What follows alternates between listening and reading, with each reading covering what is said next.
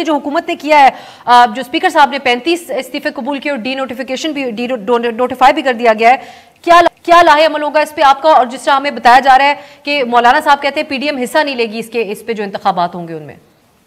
देखें, असल जो मामला है ये इमरान खान से खौफजदा है, और ये भी आपके इल्म में होना चाहिए कि इमरान खान से इनकी कांपे टांग रही है। जैसे ही इनको मालूम पड़ा कि इमरान खान साहब जो हैं वो असेंबली में वापस आके जो इनके कठपुतली अपोजिशन लीडर हैं राजा रियाज, उनको हटाएंगे, जिससे इनका केयर टेकर सेटअप का निज़ाम जो है वो अपनी मर्जी का ये नहीं ला सकेंगे, और उसमें एक पूरा आईनी रोल है। तो आज इन्होंने 35 इस्तीफे कबूल कर लिए। आपको अच्छी तरह याद होगा कि स्पीकर नेशनल असेंबली बार बार ये कह रहे थे कि ये तो इंडिविजुअली इंफरादी तौर के ऊपर आकर पेश हो तो फिर इस्तीफे कबूल करेंगे। पहले भी इन्होंने 11 इस्तीफे ऐसे ही इन्होंने कबूल किए थे, आज भी इन्होंने 35 इस्तीफे कबूल कर लिए। तो हम तो इनको कहते हैं कि शुक्रिया आपने कबूल किए, क्योंकि हम तो इस निज़ाम का हिस्सा रहना ही नहीं चाहते।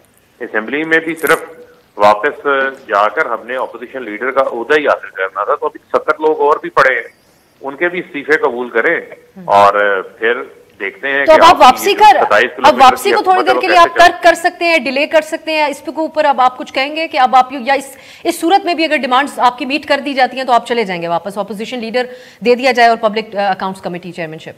नहीं, वो तो इन्होंने हमें क्या देनी है। वैसे भी पब्लिक अकाउंट्स कमेटी भी ऑपोजिशन की तरफ से ही होते हैं, उसके जो चेयरमैन होते हैं, ये हमेशा से तयशुदा असूल चलता हुआ आ रहा है। लेकिन मामला ये है कि हम तो मुल्क में आम इंतखाबात चाहते हैं।